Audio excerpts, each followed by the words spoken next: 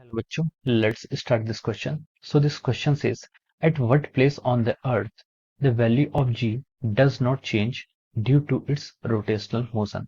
तो चलिए बच्चों, अब हम इस क्वेश्चन को स्टार्ट करते हैं। तो देखिए बच्चों, इस क्वेश्चन का जो आपका की कॉन्सेप्ट है, ये क्वेश्चन आप पर किस पर बेस्ड है?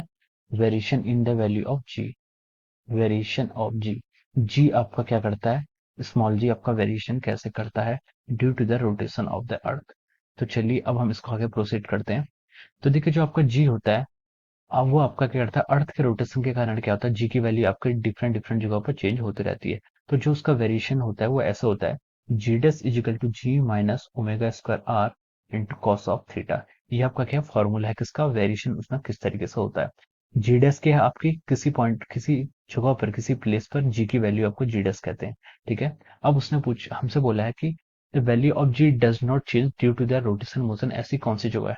तो देखिए जो हमारे पोल्स होते हैं, जो हमारी हमारी अर्थ है, अर्थ में जो हमारे पोल्स होते हैं, ये हमारा नॉर्थ पोल होता है, ये हमारा साउथ पोल होता है।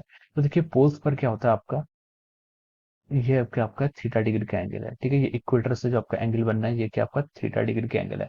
सो इक्वेटर से जो पोल्स का एंगल होता है वो कितना होता है? 90 डिग्री का एंगल होता है। और साउथ के लिए भी ये कितना होगा? 90 डिग्री होगा। तो देखिए पोल्स पर आपका थीटा की वैल्यू कितनी? 90 डिग्री हो जाएगी। तो ये कितना हो जाएगा आपका? यहाँ से हम लिख सकते हैं जी डैश की वैल्यू कितनी होगी? G minus omega square r cos of over 90। Cos 90 की वैल्यू कितनी हो जाती है? जीरो हो जाती है। तो जी डैश की वैल्यू कितनी आ जाएगी? जी आ जाएगी। तो हम यहाँ से लिख सकते हैं जी डैश की वैल्यू आपकी जी आ गई है। हम यहाँ से लिख सकते हैं कि एट द पोल्स, पोल्स पर क्या होता है? The value of g does not change due to the rotation motion. फिर हम इसमें लिख सकते हैं at the poles value of g remains constant. At the poles value of g आपकी क्या रहती है? रिमेन्स कांस्टेंट रहती है। So this is the answer of this question. So I hope you all understood this concept. All the best.